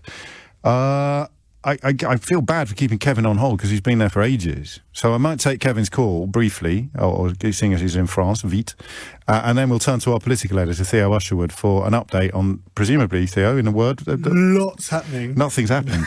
Nothing at all. Nothing's happened. Theo will be here with an urgent update shortly to tell us nothing. And that's Brexit in yet another nutshell. Kevin is in the Three Valleys in France, in the Alps, indeed. Kevin, what would you like to say? Oh, hi, James. Thanks for taking the call. You're very welcome. Just really ring up to agree with you. Oh. Regarding... Even I'm getting bored with people agreeing with me, Kevin. Not with you personally, but I would quite like to have a bit of a chat. I mean, someone to say it's all going brilliantly, and I knew it would, and this is exactly what I voted for. Well, maybe you should give Martin a call back. He'll tell you how well it's doing. Bless him. How's things in France, anyway? How are you getting on? Yeah. You know, it's interesting. Obviously, a different perspective over here of Brexit. I don't think anyone over here really wants it. I don't hear anyone talking about fishing, but I'm not completely fluent, so maybe they are, and I'm just not getting it. And you're not by the coast either. I mean, the French fishing, it's politically toxic for Macron to tell French fishing folk that they will have less fish to catch in the future. But the exceptionalism thing intrigues me the most. Although a lot of people still believe in it, it just doesn't exist. Yeah. It's something that's pushed about by the right-wing media. But it works. Do you not feel it at all? Because I'll tell you what happened the other day.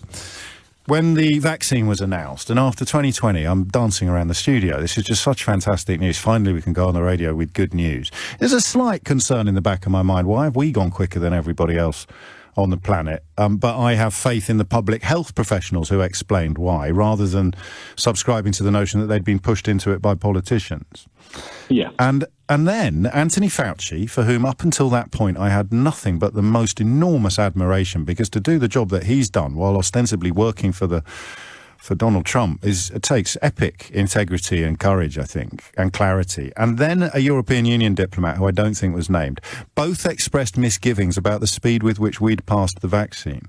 And I felt my heckles rising. I felt, hang on a minute, I'm allowed to worry about this, but you're not allowed to tell me, you foreign person, whether you're American or Polish or... And that, I think, is a little seed that if you watered it and nurtured it and subscribed to the right newspapers, that seed could actually grow into quite a big tree where you would think, hang on a minute, how dare you? You're foreign, you can't... Do you see? Or am I being daft? Yeah, it doesn't take much. No, it doesn't, does it? Does it really?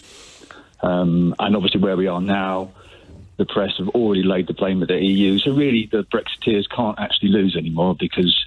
it's win-win. You know, it's not their fault they voted for it because they thought it was going to be fantastic, and now it's not going to be fantastic. It's the fault of the EU. So, in a way, that will float because the alternative is to admit an error. Yeah, quite a few people. There's a text here asking if you've got a spare room, Kevin. Well, funny enough, yes. We'll find out more about that at a later date. Kevin, take care. The problem I've got now is if I say, what are you most looking forward to as a Brexit supporter, is it sounds facetious. I don't know when that became true, because I would genuinely have meant it as a question a few years ago. What are you most looking forward to? You know, and if you were a fisherman, perhaps, in Cornwall, a lot of you are pointing out that Luxembourg is landlocked. Therefore, it is unlikely that their fishermen and women had grand designs upon the English Channel. I didn't think that needed to be pointed out. There was enough going on. But what are you most looking forward to and why, as in the improvements to your own life? It's going to sound close to facetious, but if you want to take that question in the spirit that it's asked, which is in good faith, the number you need is 0345 6060973. Challenge the idea that things have gone badly, please. If you're still persuaded that this is all part of the plan, this is exactly what you knew was going to happen and exactly what you wanted, then 0345 6060973 is the number that you need. Listen back if you want to my call with Martin. I can assure you of my politeness at all times.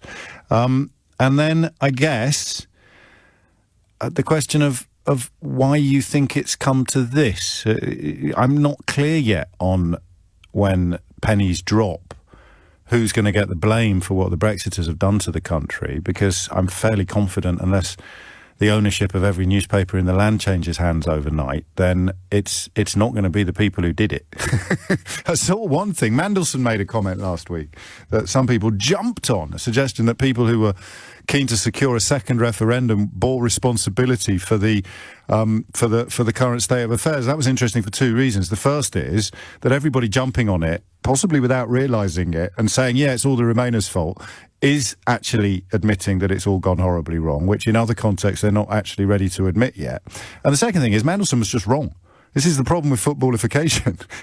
People who think Peter Mandelson has been wrong about everything for his entire life, he says something that they would love to agree with if it was true, so they'll pretend it was true and that he's a genius. Mandelson hovered way above. From Lancaster House onwards, from the Red Lines, from the abolition of the freedom of movement, where we are now became inevitable. There was nothing else to do except try to get another vote. As Jacob Rees-Mogg famously observed, and for once quite correctly, you have a vote on whether you want a referendum, and then you have on whether you want to leave, and then if you do say yes, we want to leave, you have another vote on what it looks like once it's been written down. So we should, at the end of this week, have another referendum. We can't, just for the record, before anybody gets their hopes up. That is clearly what should have happened. So if a deal is negotiated, we get the deal explained to us in detail and we decide, is that better than staying in? And if there's no deal, we have a proper understanding of the consequences of that and we decide whether or not that is better than staying in. Okay? And now, I don't know whether anyone's going to look me in the eye and tell me that if we actually end up with no deal and you had a referendum on that, you'd still see a victory for the 52%. I just don't know. 7 after 12 is the time. Mervyn is in Croydon. Mervyn, what would you like to say? Hi, James. I've got quite a simple philosophy, and I want a no deal on the grounds that I want to retain control over our fishing waters. And the other thing is, Are you in the industry? Are you linked with fishing? No, I'm not. Well, why do you feel so strongly about it, do you think? I'm 74. Yeah, well, I was a fighter pilot in the Air Force for 20 years, and I have a simple view of things. But what I want to now say... I just want to know why fish is so important to you, fishing waters. Because... if I owned a fishing pool that I rented out and let people come and fish in, yes. I wouldn't want a load of interlopers coming and saying, because we used to have an agreement years ago, I can still come here. But no one's saying that. We had an agreement. Just out of interest, how many fishing vessels do you think are registered in the UK, just as a ballpark figure? I used to work up near Grimsby, and I used to know Grimsby when it was bubbling with fishing vessels, and I know that for whatever silly reason, British people sold off the rights to fish in British waters. And that's not the EU's fault, is it? No, and that was the mistake of the people around at the time. Well, that's freedom, though. It is. I own something. I'm free to sell it to whoever I want, aren't I? But just as a ballpark figure, how many vessels do you think there are at them? Because I mean, it sounds like I'm haranguing you, but I don't understand this deep prioritisation of fishing that you've described yourself as feeling. So, how much do you know about the fishing industry to justify the conclusion that it's more important than many other issues or areas? When I was a fighter pilot, I used to fly over the North Sea, and I used to see the Grimsby fleet go out. Yes. And there were hundreds of boats at the time in the 70s and 80s. How many are We were in the European Union in the 70s and 80s, or we were in its predecessor, of course. But as I do want to... Yeah. When you add them all up together, there's probably 500 or a couple of thousand. Yeah, it's 5,911. Yeah. So 10 times what you suggested. Yeah. Yeah. So tell me again why it's so important, if you would. That's one of the things, but no deal. Europe sells twice as much to us as we to them. Yes. And we will make a profit on the import duties. That was the point I wanted to get across as well. No, the tariffs will be imposed upon us for the fish coming into this country? That's on the fishing side of things. Yes. But of general goods, Europe sells twice as much to us as we to them. But you're presuming it will just carry on doing so, rather than selling more into markets where there aren't any tariffs, i.e. for each individual European Union member, the other 26 European Union members. So on that basis, that if things carried on, we would make a profit on the import duties. Yes, but people aren't going to carry on exporting fish into this country if there are tariffs. They're going to look for markets where there aren't any tariffs, i.e. the other 26 countries that will retain membership, Marvin. Well, that's your viewpoint. And, well, what would you do? If it was you, if you were in business, and at the moment there are 27 countries into which you can sell without tariffs, and tomorrow there'll be 26, what would you do with the country where it's suddenly going to be more expensive to do business? Would you just carry on as you are, or would you look to the other markets where it will continue to be frictionless? But I don't think Europe, on the fish side, sells that much fish to us. You just said it sells twice as much as we sell to them. No, on general merchandise and things like that. Well, I mean, then I have to correct you. If with your permission, we are a net importer of fish. We import more than we export, Marvin. Okay, and I'd spend a lot of time going around Scotland, and all the fishing ports around there, you've got Spanish trucks, and they're just waiting for the trawlers to come in. It gets loaded on the trucks, and it goes down to Spain. And I've only seen a TV programme, but Heathrow sells millions of pounds of smoked salmon to the whole world. Yes. And well, not Heathrow, exactly. I don't think that's a... No, that's where it gets it's the airport where the planes take off from. Anyway, we did just gloss over. I mean, you rang in to make a point that was contingent upon the belief that we're a net exporter of fish. You've now discovered that we're a net importer of fish. I think in 2019, I think we imported, you'll correct me if I'm wrong, 721,000 tonnes of sea fish with a value of £3,457 million. We exported, I think, 400, off the top of my head, 452,000 tonnes with a value of £2,004 million. So your premise, when you kindly rang in, was that you support no deal because we import more fish than because we export more fish than we import. That's categorically untrue. So presumably you've now changed your mind.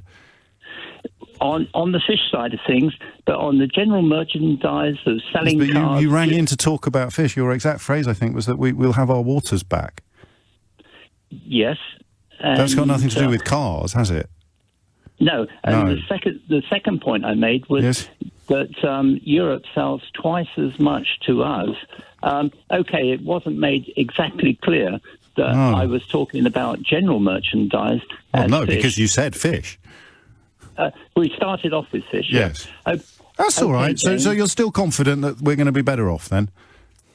That would be my viewpoint. Excellent. Oh, good. Let's hope you're right, Marvin. I think we would all join in that fervent hope. If only there'd been perhaps a scintilla of evidence to support your optimism, then we could be even more supportive of your view. Steve's in Shrewsbury. Steve, what's going on? Hi, James. Hello, Steve. I just have to say I find the thought of that guy being in charge of some of the Royal Air Force's finest armoury quite scary. Well, I don't. I understand why you're saying that, but his understanding of fishing has nothing to do with his bravery or courage while flying in the RAF. But I'm not having a go at either of you today, as you'll notice. And this is where kind of my point is, because you are a much better and kinder and nicer person than I am, because I'm really basically a bitter old man.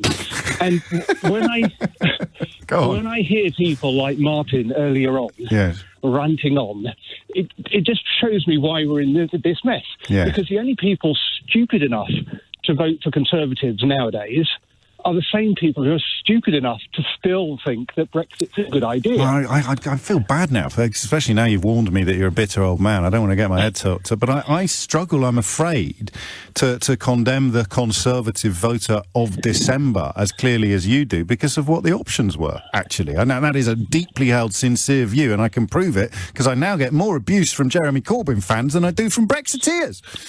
That is a very fair point, because the options were appalling. However, even Corbyn, and that's really saying something that sticks in my throat, is better than this shower of clowns. But it reminds me that earlier on you were talking about the football manager and how, having explained the reason of taking a knee, if you still took offence to it, then you weren't welcome. And my viewpoint is that if people still, despite all the evidence, thinks Brexit's going to be great, and it is great, and keep saying it's great, then, quite frankly, I have no trouble saying you're an idiot or a racist. So the compassion for the conned is extended only to people who admit that they've been conned. You see, I am. You're right. I am a much better, nicer kind of person than you, because I work on the. I think this is actually, and just to really put a cat among the pigeons, I think this is because I was. I came up through Catholic schools. I believe in. So did I. Oh, really? Yes. Oh, well, that didn't work out. Boy. So did I. I was in the Guild of St. Stephen, I'll have you know. I've still got a medal somewhere. But I believe in so I believe eventually everyone will admit that they've been conned.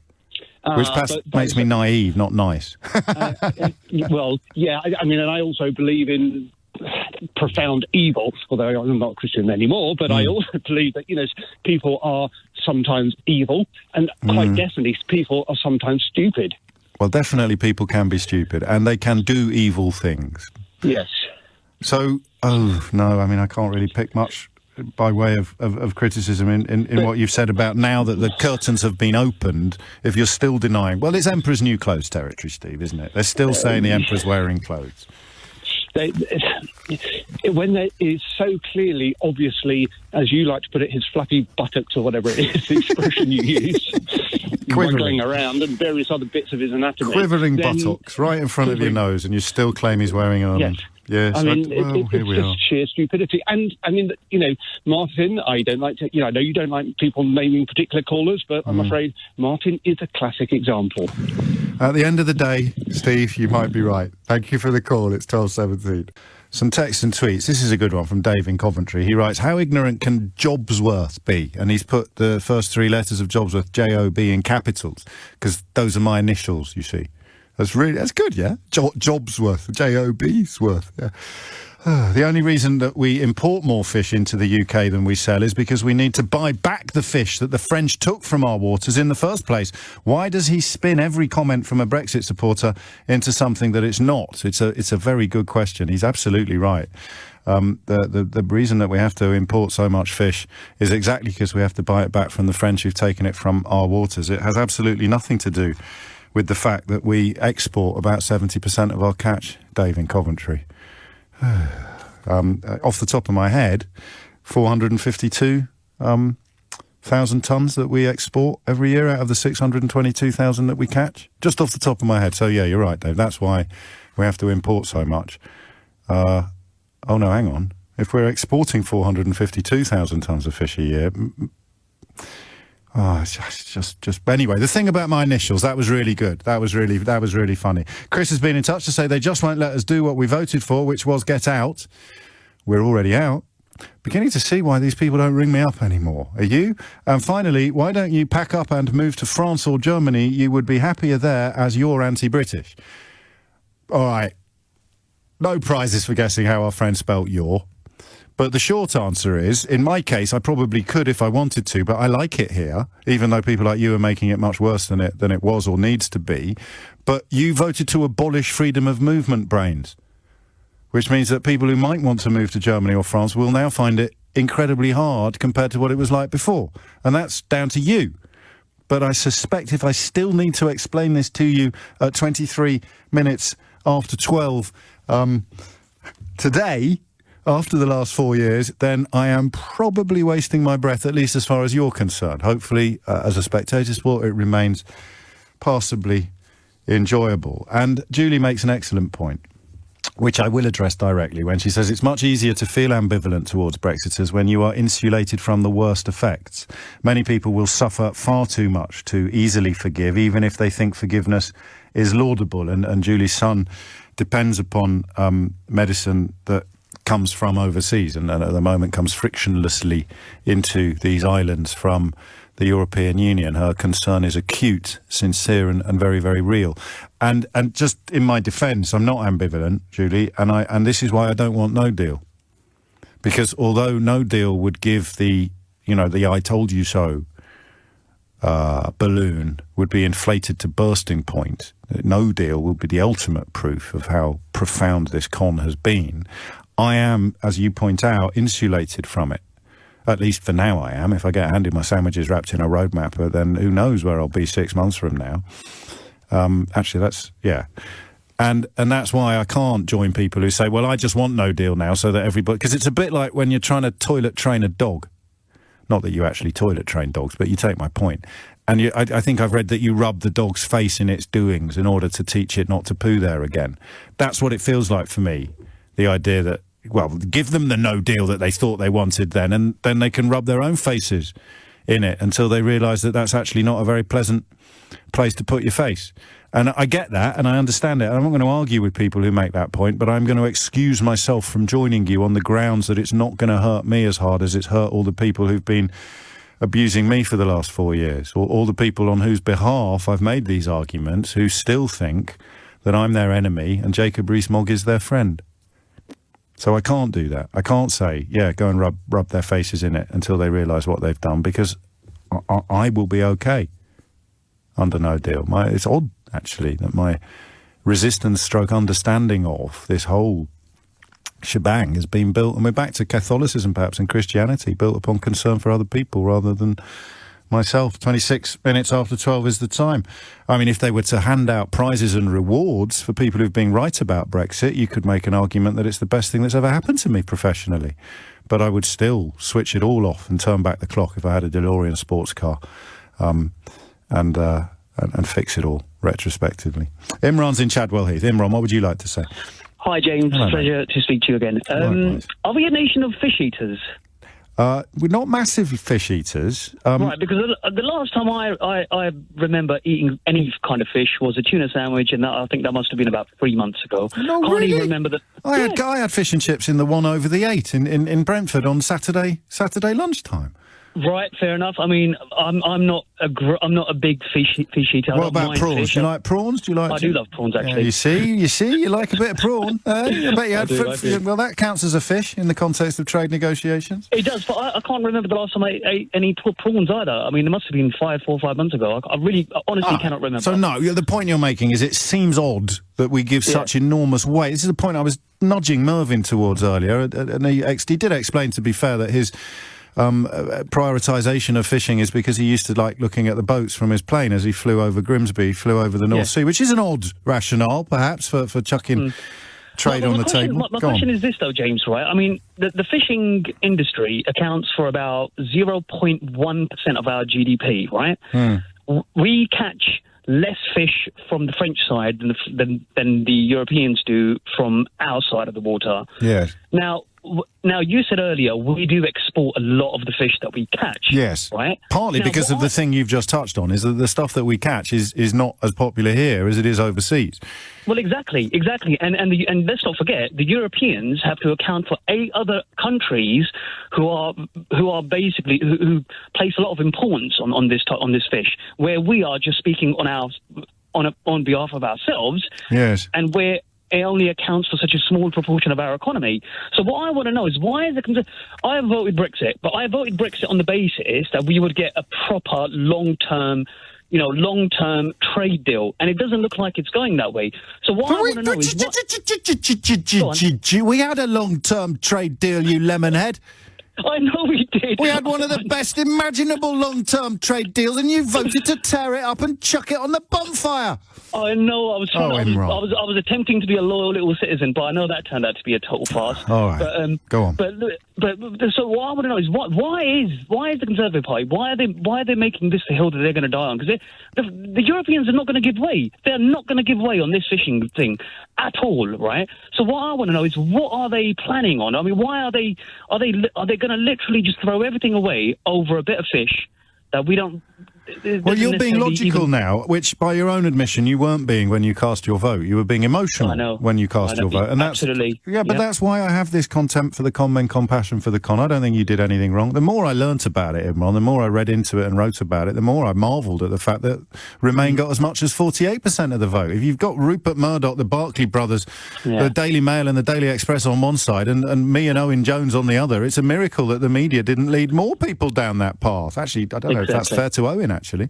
Me and Anna Soubry. What do you think? Well, hang on. So the answer to your question is twofold. The first is that in the original negotiations in the 1970s, we did actually give up fishing rights on a scale that is a little bit unbalanced. It is the one area where there is a valid argument for a rebalancing, but only, of course, as part of a rebalancing of everything. So so that's the problem, is that you can only make this argument about fishing when you close your eyes to the bigger picture.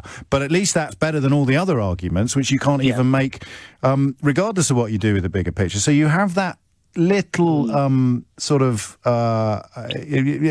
plausibility, credibility, validity of argument on fish. You know, and it's real. We can see it, and you can see fishing communities that have not got anything like the clout that they had, for example, in the 1960s. So that works. I always remember speaking to a woman who ended up in the Brexit party, I think, and she used to bring in from Lowestoft, and she was explaining that we'll be fine when we leave. For example, she had a big shipment of cockles on its way to South Korea that day. We don't need the European Union. Then I got a message immediately afterwards saying, actually, the European Union has just signed a trade agreement with South Korea, and that will be why it's much easier to... So it was the clash of emotion with logic. And the other thing is that it's all that's left.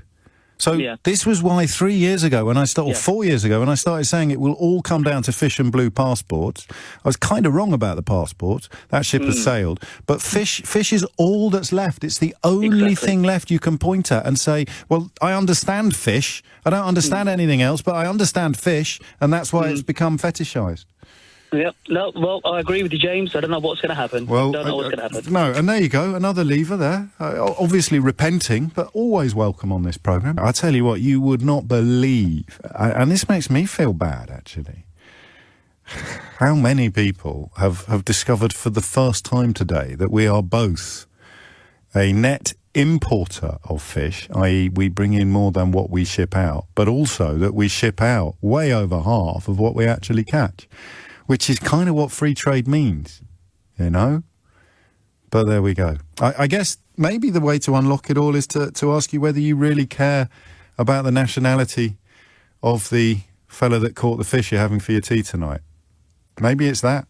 Oh, it tastes so much nicer when it's... Because I think there's a lot of... Filipino fishermen on British boats now. Because it's back-breaking work. It's a bit like coal mining. You can get all misty-eyed about it until someone actually invites you to do a shift or three. So and that is why I feel guilty's a bit strong. But, you know, if anyone could have made you aware of these facts regarding fishing, it was probably me. It's too late now.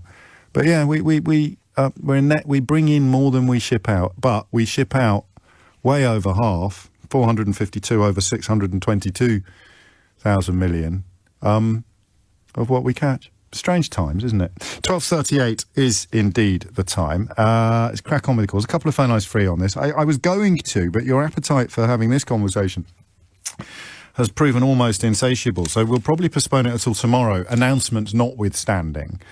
But I'm hearing an awful lot of people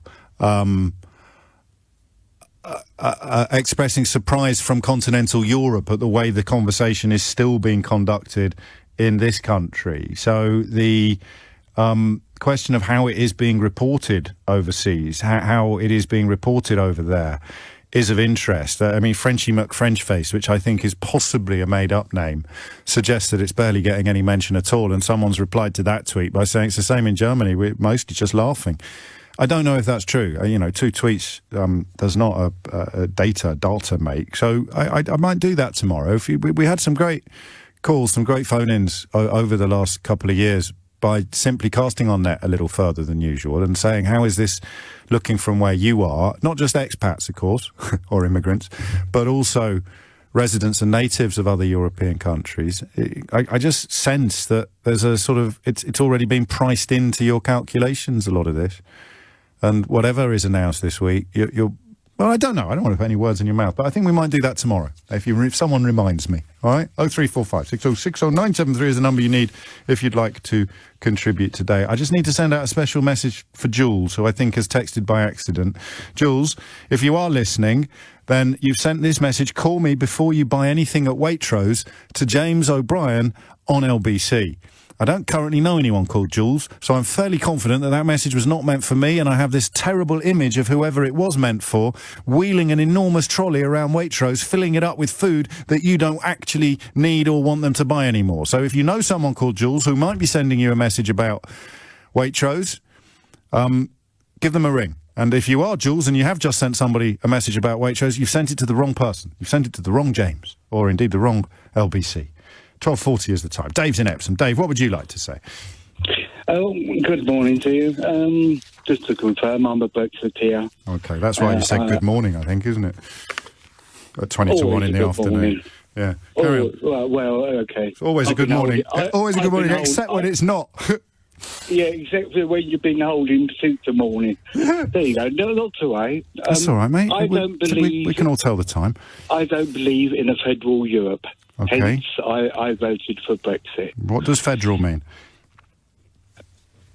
Too much control by Brussels. No, doesn't.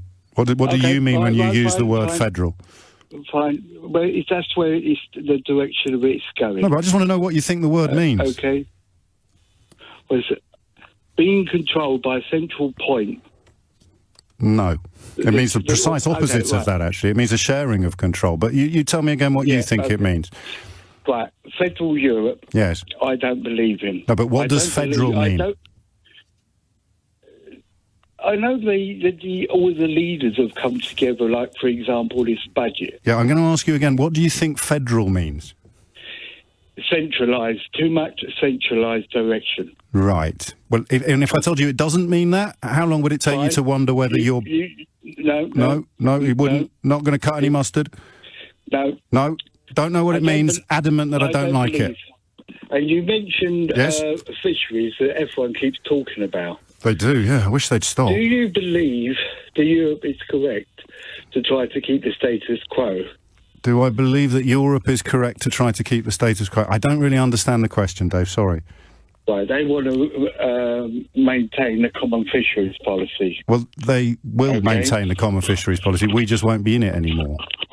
Yes, they can maintain that. So they've got control. They've got control over that. Not with our waters. Not with our waters. My question is, why does Norway have an arrangement with the EU and they keep 85% and they do annual because that's what they've negotiated, and Norway remains in. I always get confused here. You'll tell me. Is it the customs union or the single market that they're still in?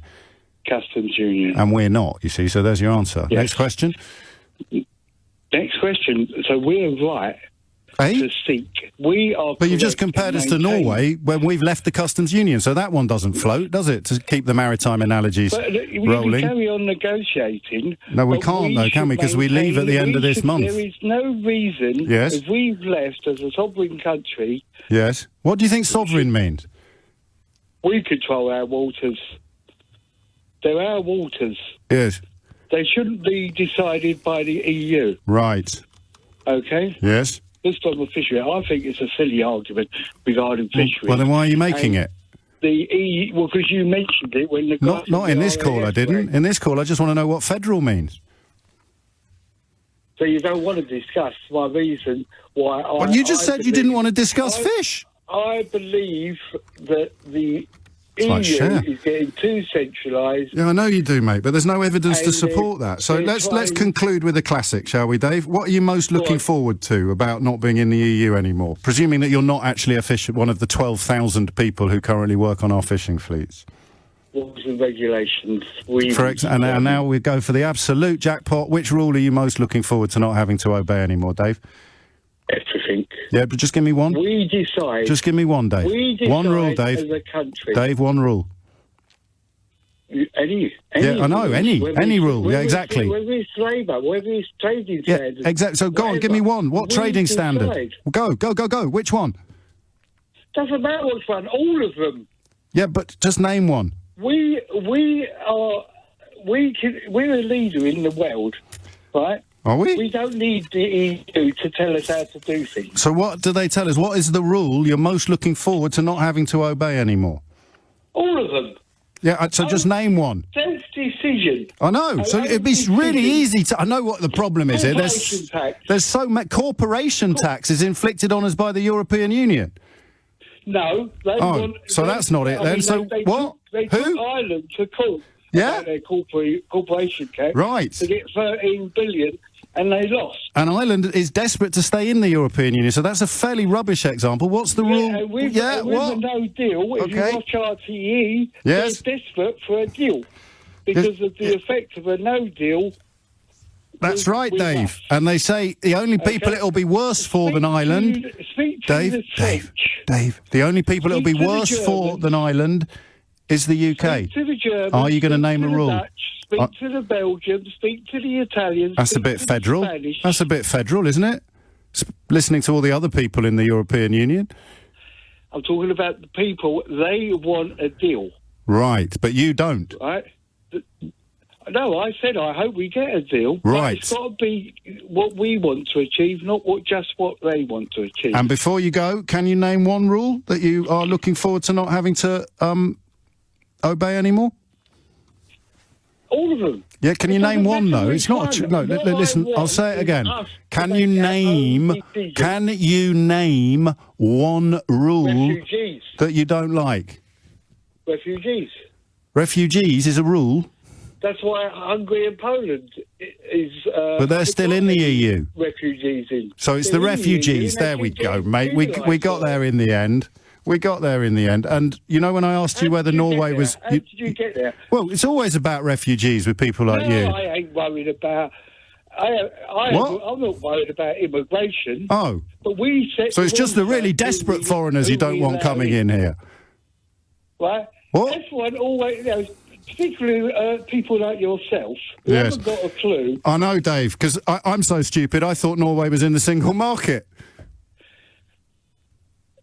But the problem, what I said, Dave, mate, I think I can only give. But we're in the same position negotiating. All right, mate. Right? You look after yourself, Dave. Just in case you embarrass yourself anywhere else later today, it's the single market that Norway is in. So the answer to your question of why we can't have a similar fishing arrangement to them. Oh, I give up. Well, how much progress have we made? I think, oddly, I don't think anyone listening to this can be under any illusions at all as to how we've ended up where we've ended up. Partly because of people who have intentionally helped us towards that conclusion, and partly because of people who have unintentionally helped us towards that conclusion. So, with just 8 minutes of the programme remaining, I'll remind you of why we are where we are. It's a stool with 3 legs. One of those legs is...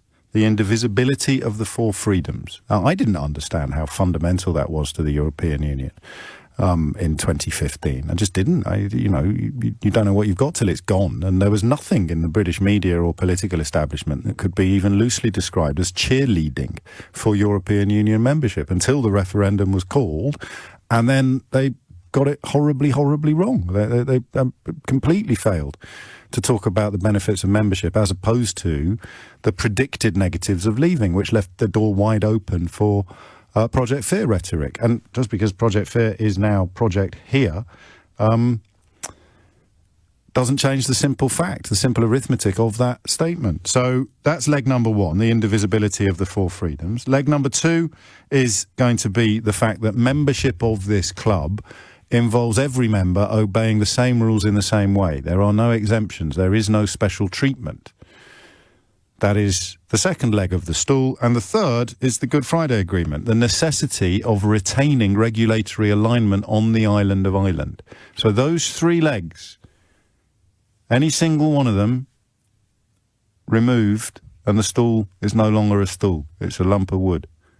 And that's it. There it is. It's been clear for 4 years. It's why people like me, smug and annoying though it may be, have explained to you tirelessly why eventually all that they'll be shouting about is fish. Or rules that they can't name. But fish, most obviously. Fish.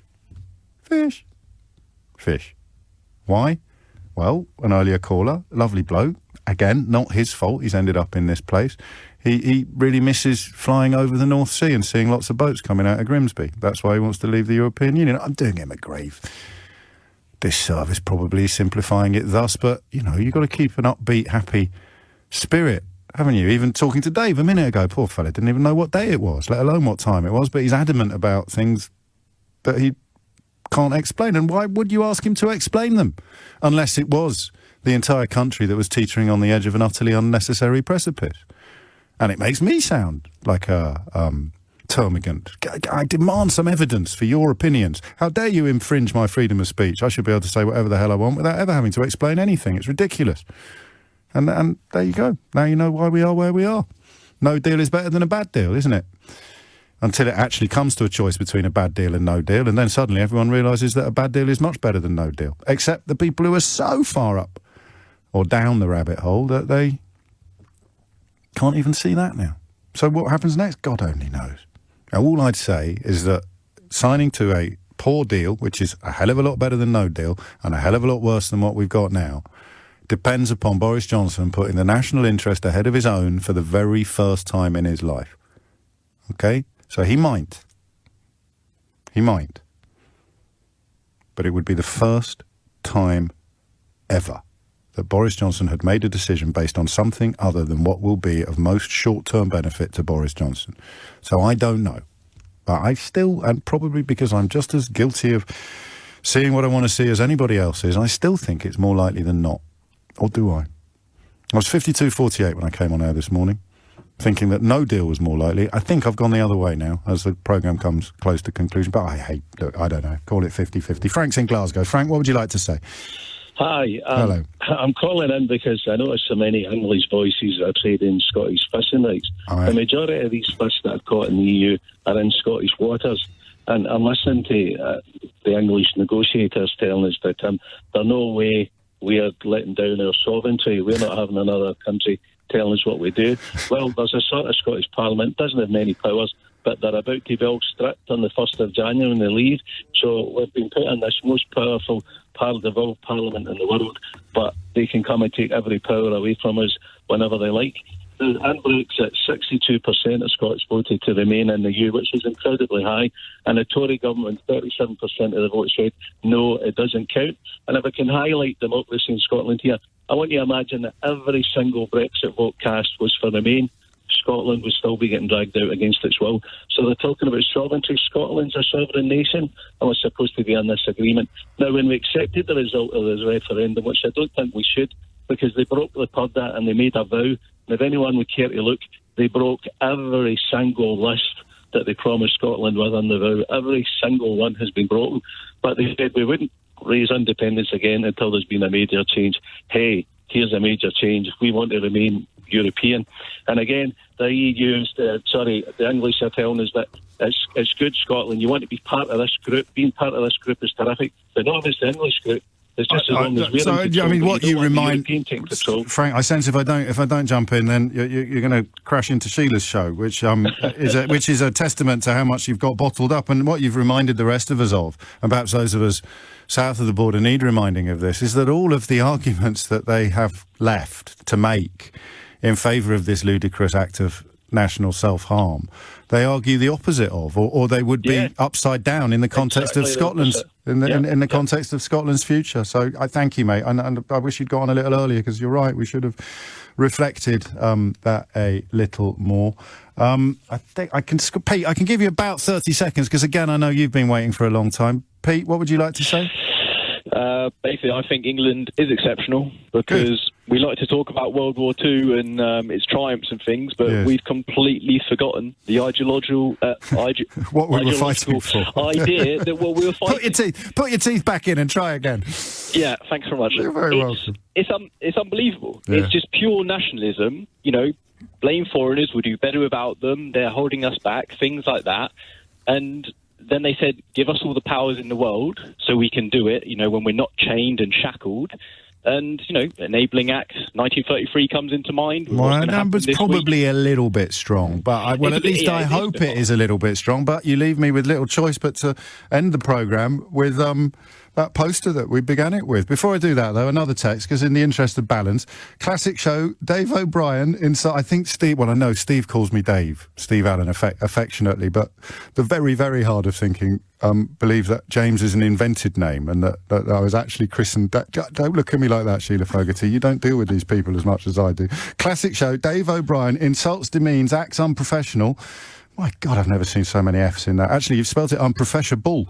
A bully and a self-centred mug. At least he wasn't sucking his teeth like a geezer or talking about himself. Try as I do, I find no redeeming virtues.